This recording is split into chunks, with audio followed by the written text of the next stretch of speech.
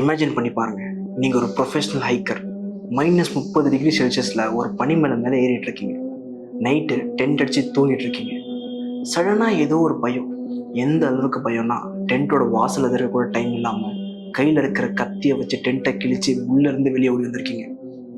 Shoe கூட போடாம பேர் ஃபுட்ல குளிர்ல பனிக்குள்ள ஓடி இருக்கீங்க. அது உங்க சாவுன்னு தெரிஞ்சும் நீங்க ஏன் ஓடுனீங்க? அதை விட பயங்கரமான விஷயம் டென்ட்டுக்குள்ள என்ன இருந்துச்சு? இது ஒரு ஹாரர் மூவி ஸ்கிரிப்ட் இல்ல, 1959 ரஷ்யாவில் நடந்த உண்மையான சம்பவம். தி டெட்டோல்வா பாஸ் இன்சிடென்ட். ஜனவரி 1959 இகோர் டெட்டோல்வான்னு ஒரு 23 வயசு இன்ஜினியரிங் ஸ்டூடெண்ட் தன்னோட ஃப்ரெண்ட்ஸ் கூட சேர்ந்து ஒரு ட்ரெக்கிங் பிளான் போடுறாரு. இவங்க எல்லாருமே எக்ஸ்பீரியன்ஸான ஹைக்கர்ஸ். ஸோ அதனால் இவங்க கிரேட் 3 ட்ரெக் தான் போனாங்க. அதாவது இந்த ஃபீல்ட்லேயே ரொம்ப கஷ்டமான ரூட்டு தான் இவங்க கொடுத்தாங்க. இவங்க போக வேண்டிய இடத்தோட பேர் கோலட் சைக்கி. லோக்கல் மேன்சி ட்ரைபு மக்கள் இந்த மவுண்டனை டெட் மவுண்டன்னு சொல்லுவாங்க. ஸ்டார்டிங் ஒரு தப்பான இன்சிடென்ட் மாதிரி, ஒரு பேட் ஓமன் மாதிரி யூரி யூடின்னு ஒரு ஹைக்கருக்கு முட்டி வலிக்க ஆரம்பிச்சது. ஸோ அவர் பாதி வழியிலே ரிட்டர்ன் ஆகிட்டார். அந்த 10 பேரில் உயிரோடு இருந்தது அவர் மட்டும்தான். மீதி 9 பேர் மேலே போனாங்க, ஆனால் திரும்பி வரல. பிப்ரவரி 12 வருவேன்னு சொன்ன டெட்டோல்வா கிட்ட இருந்து எந்த மெசேஜும் வரல. வீட்டில் இருக்கவங்க பயந்து போலீஸ்க்கு இன்ஃபார்ம் பண்ணுறாங்க, சர்ச் பார்ட்டி அனுப்புகிறாங்க. பிப்ரவரி 26 அன்னைக்கு ஒரு ரெஸ்கியூ டீம் அந்த கேம்ப் சைட்டுக்கு போகிறாங்க. அங்கே போன ரெஸ்கியூ டீம் கண்டுபிடிக்கிறாங்க.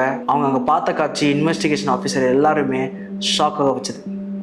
அந்த டென்ட் ஃபுல்லாக ஸ்னோவில் கவர் ஆகியிருந்தது, ஆனால் மேலே கட் ஆகியிருந்தது. எக்ஸாமினேஷன் என்ன தெரிஞ்சதுன்னா, அது வெளியே இருந்து யாரும் கட் பண்ணலை. உள்ளே இருந்த ஹைக்கர்ஸே பயத்தில் உள்ளே இருந்து வெளியே கட் பண்ணியிருக்காங்க. டென்ட்டுக்குள்ள அவங்களோட பூட்ஸ், ஜாக்கெட்ஸ், கிளவுஸ் எல்லாமே இருந்தது. அப்போது அவங்க அந்த ஃப்ரீசிங் டெம்பரேச்சரில் பூட் கூட போடாமல் பயத்தில் பேர் ஃபுட்டில் ஓடி இருக்காங்க.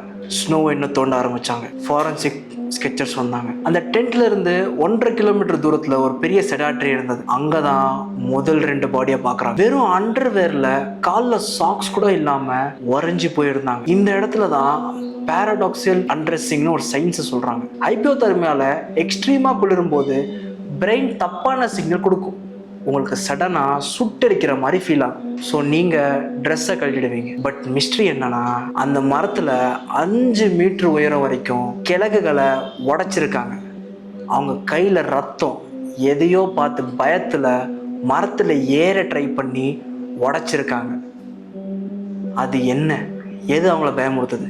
இன்னும் கொஞ்சம் தள்ளி போனால் இகோர் டெட்டோல்வா கூட இன்னும் 2 பேரோட பாடி கிடைக்குது. அவங்க டென்ட்டை நோக்கி திரும்ப வர ட்ரை பண்ணி இருந்திருக்காங்க. ஏன் ஃபர்ஸ்ட் 5 பாடியில் பெரிய இன்ஜரி எதுவும் இல்லை, குளிரில் தான் செத்தாங்கன்னு முடிவு பண்ணாங்க. ஆனால் அதுதான் தப்பு. மீதி 4 பேர் எங்க? அந்த 4 பேரோட பாடி கிடைக்கும் போது தான் இந்த கேஸே மொத்தமாக மாறிச்சு. முதல் 5 பாடிஸ் கிடைச்சோ 2 மாதம் கழிச்சு தான் மீதி இருக்கிற அந்த 4 பேரோட பாடி கிடைக்குது. ஒரு 4 மீட்டர், அதாவது 4 மீட்டர் ஆழமான பள்ளத்துக்குள்ள பனிக்குள்ள புதைஞ்சிருந்தாங்க. இங்கே தான் இந்த கேஸ் சூப்பர் நேச்சுரல் மோடுக்கு மாறுது. இந்த 4 பேரோட ஆட்டாப்சி ரிப்போர்ட்டை பார்த்தா டாக்டரே ஷாக் ஆயிட்டார். திபோ பிராங்கோலஸ் ஓட ஸ்கல் ஃப்ராக்சர் ஆகியிருந்தது. லியூட்மிலா டுபினினா ஓட ரிப் கேஜ் மொத்தமாக நொறுங்கி போயிருந்தது. டாக்டர் என்ன சொன்னார்னா, இது ஒரு மனுஷனால் பண்ண முடியாது. ஒரு கார் ஆக்சிடெண்ட்டில் ஹை ஸ்பீடில் மோதினா என்ன இம்பேக்ட் இருக்குமோ அந்த மாதிரி இருக்குது. ஆனால் ரொம்ப வித்தியாசமான விஷயம் என்னன்னா, மேலே இருக்கிற ஸ்கின்ல எந்த ஒரு அடியும் இல்லை. இன்டர்னல் போன்ஸ் எல்லாம் கிராக் ஆகியிருக்கு, ஆனால் வெளியே ரத்தம் கூட வரல. எப்படி? த மிஸ்ட்ரி இன்னும் பெருசாகுது. எப்படி? அது மட்டும் இல்லை, லுட்மிலாவோட நாக்கு காணும், 2 கண்ணும் காணும். சில பேர் சொன்னாங்க அது ஸ்கேவெஞ்சர்ஸ்னால நடந்திருக்கும்னு. ஸ்கேவெஞ்சர்ஸ் தான் என்னன்னா, ஃபாரஸ்ட்லாம் செத்து போயிட்டா நம்மளோட அனிமல்ஸாக சில பார்ட்ஸ் தின்னோம். நம்ம தின்னுட்டு போகிற அந்த அனிமல்ஸ் பேர் தான் ஸ்கேவெஞ்சர்ஸ் சொல்லுவாங்க. ஆனால் ஸ்கேவெஞ்சர்ஸ்னால நடந்தது இல்லை. எல்லா ரிமூவலும் சர்ஜிக்கல் ப்ரிசிஷனோட ரிமூவ் ஆயிருக்கு. ட்ரெஸ், அதுதான் அடுத்த ஷாக். இன்வெஸ்டிகேஷன் டீம் விக்டிம்ஸோட ட்ரெஸ்ஸை டெஸ்ட் பண்ணி பார்க்குறாங்க. அதில் ஹை லெவல்ஸ் ஆஃப் ரேடியேஷன் இருந்ததுக்கு. பனிமலை மேலே ட்ரெக்கிங் போன ஸ்டூடெண்ட்ஸோட ட்ரெஸ்ஸில் ரேடியோ ஆக்டிவ் பார்ட்டிகல்ஸ் எப்படி வந்துச்சு? அதை விட ஸ்ட்ரேஞ்சான விஷயம், ஃபியூனரல் அப்போ அவங்க பாடிஸை பார்த்த ஃபேமிலி மெம்பர்ஸ் சொன்னாங்க, அவங்க ஸ்கின்னோட கலர் டீப் ஆரஞ்சும் ப்ரௌன் கலர் மாதிரி இருந்துச்சான். இது நார்மலாக ஃப்ராஸ்ட் பைட்டில் நடக்கிறது இல்லை. ஃப்ராஸ்ட் பைட்னா இந்த கோல்டில் குளிர்லலாம் நம்ம வெடைச்சிக்கும், இந்த உமர் ரெட்டிஸ் ஆகிடும்ல, அது. ஆனால் அந்த ஃப்ராஸ்ட் பைட் மாதிரி இல்லை. அங்கே தான் எல்லாரும் இதை பற்றி பேச ஆரம்பித்தாங்க. இந்த டைமில் தான் ஒரு விட்னஸ் ஸ்டேட்மெண்ட் வெளியே வருது. அந்த சேம் நைட் கொஞ்சம் தள்ளி வேற ஒரு குரூப் ஹைக் பண்ணிட்டு இருந்தாங்க. அவங்க ஸ்கைல ஸ்ட்ரேஞ்சா ஆரஞ்ச் ஸ்பியர்ஸை பார்த்தாங்களாம். அதை பார்த்து தான் ரிப்போர்ட் பண்ணியிருக்காங்க. இந்த ஸ்பியர்ஸுக்கும் ரேடியேஷனுக்கும் கனெக்ஷன் இருக்கா? கான்ஸ்பிரசி தியரிஸ்ட்னு நிறைய பேர் இருப்பாங்களே. கான்ஸ்பிரசி தியரிஸ்ட் என்ன சொல்கிறாங்கன்னா, சோவியத் யூனியன் அந்த ஏரியாவில் சீக்கிரட்டாக ஏதோ பேராசூட் மைன் டெஸ்ட் பண்ணியிருக்காங்கன்னு, ஒரு பெரிய பாம்பு ஏரில் எக்ஸ்போர்ட் ஆகும்போது வேறு ஷாக் வேவ் தான் அவங்க இன்டர்னல் போன்ஸை கிராக் பண்ணியிருக்கணும். அது மட்டும் இல்லை, அந்த ஏரியாவில் சில மெட்டல் ஸ்கிராப்ஸும் கிடைச்சதுன்னு சொல்கிறாங்க. மிலிட்ரியோட இன்வால்மெண்ட் இருக்க போகிறது தான் இந்த கேஸை டாப் சீக்ரெட்னு மூடினாங்களா? மான்சே ட்ரைப் மக்கள்கிட்ட கேட்டால் அவங்க கோல்டன் உமன்னு ஒரு டயட்டை பற்றி சொல்கிறாங்க. அந்த மலை அவங்களுக்கு ஹோலியான இடம், ஹோலி பிளேஸ். அவங்க யாராவது ட்ரெஸ்பாஸ் பண்ணால் ஸ்பிரிட்ஸ் அவங்கள பனிஷ் பண்ணணும்னு நம்பினாங்க. ஆனால் போலீஸ் இன்வெஸ்டிகேஷனில் மான்சே மக்கள் மேலே எந்த தப்பும் இல்லைன்னு கிளியராக சொல்லிட்டாங்க. என்னன்னா, அந்த நைட் அங்கே வெறும் யாரோட கால் தடமும் இல்லை, அது ஹைக்கர்ஸோட ஃபுட்பிரிண்ட்ஸ் மட்டும்தான். அப்போ எதிரி வெளியிருந்து வரல, எதிரி அந்த கூட்டத்தில் தான் இருந்தாரா? இல்லை அந்த ஏரில் ஏதோ இருந்துச்சா? அந்த காற்றுல ஏதோ இருந்துச்சா? இதுக்கான தியரிஸ் எல்லாம் பார்த்துட்டோம், இதுக்கான வெர்டிக்ட் எல்லாம் பார்த்துட்டோம். ஆக்சுவலாக அங்கே என்ன நடந்தது? போலீஸோட இன்வெஸ்டிகேஷன் எல்லாம் ஃபெயில் ஆகிட்டாங்களா?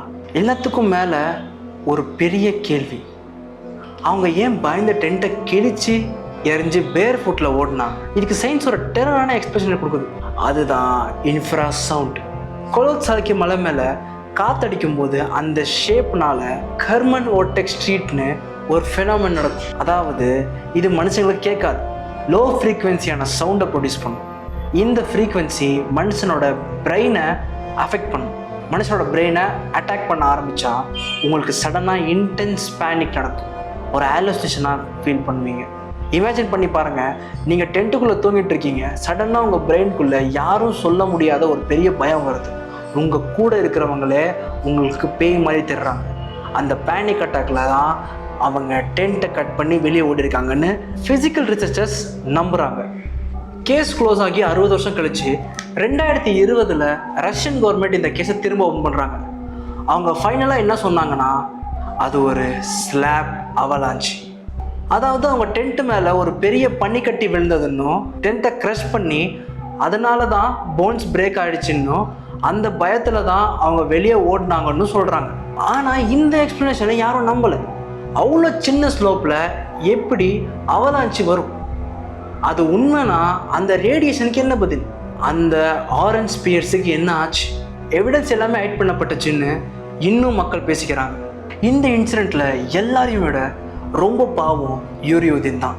அவர் 2013 சாகிற வரைக்கும் என்ன ஆச்சுதுன்னு கேட்டுகிட்டே இருந்தார். அவர் ஒரு இன்டர்வியூவில் சொன்னார், என் ஃப்ரெண்ட்ஸ் அந்த மிலிட்ரியும் அந்த மலையும் சேர்ந்து கொண்டுட்டாங்க. டேட் ஆல் பாஸ் இன்சிடெண்ட் இது ஒரு நேச்சுரல் இன்சிடெண்ட்டா, இல்லை சீக்ரெட் எக்ஸ்பெரிமெண்ட்டா, இல்லை அதுக்கும் மேலே ஒரு அன்னோன் ஃபோர்ஸ் இருக்கா? கண்டிப்பாக இந்த மிஸ்டேக் ஒரு ஃபுல் ஸ்டாப் கிடைக்காது. உங்களுக்கு இதில் எந்த தியரி உண்மையாக தோணுது? இன்ஃப்ரா சவுண்டா, இல்லை சீக்ரெட் வெப்பன்ஸா? கமெண்ட்ஸில் சொல்லுங்கள். இந்த வீடியோ பிடிச்சிருந்தா லைக் பண்ணுங்கள், சப்ஸ்கிரைப் பண்ணுங்கள். நெக்ஸ்ட் ஒரு இன்ட்ரெஸ்டிங் மிஸ்ட்ரியோட உங்களை சந்திக்கிறேன். அது வரைக்கும் கேமராமேன் திரிஷுலுடன் உங்கள் நான். வணக்கம்.